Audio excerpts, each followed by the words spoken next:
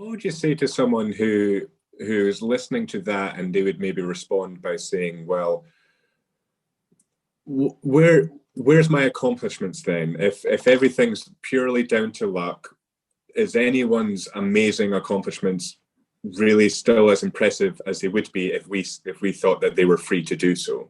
So if someone, say, broke a world record or came up with a theory that was incredible, is that still impressive for that person to do that if they had no will to do it?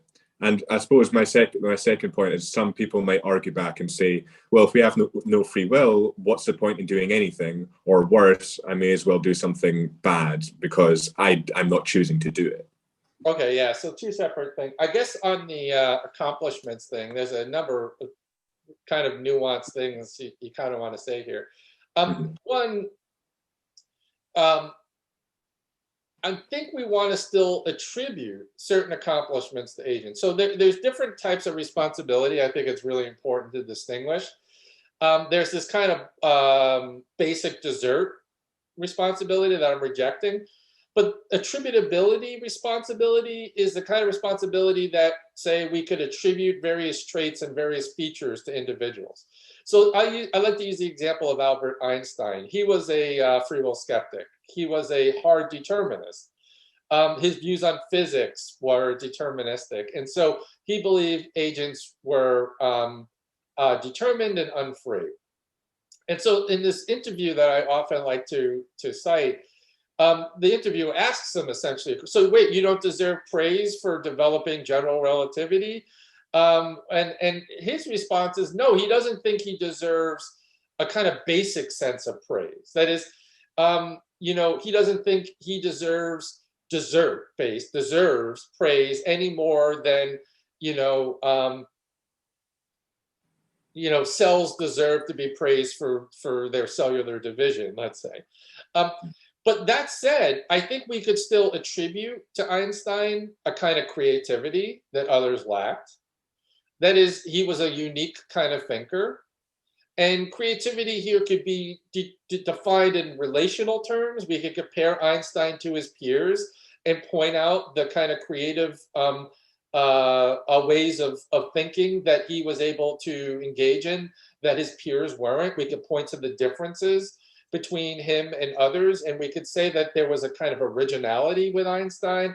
There was a kind of creativity that Einstein brought to physics. And we could say that without inconsistency. We could also attribute to Einstein certain types of accomplishments, right? Like we could say that Einstein is causally responsible for having introduced general relativity. Well, there's no problem with that kind of responsibility either.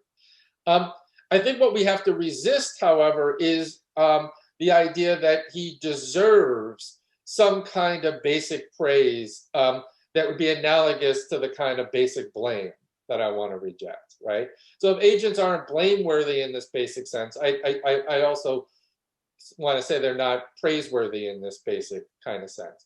But that's not to say we have to give up on creativity or originality or attributing various properties to agents, their perseverance, their work ethic, their creativity, their originality. Those are all things we could still say of the agent.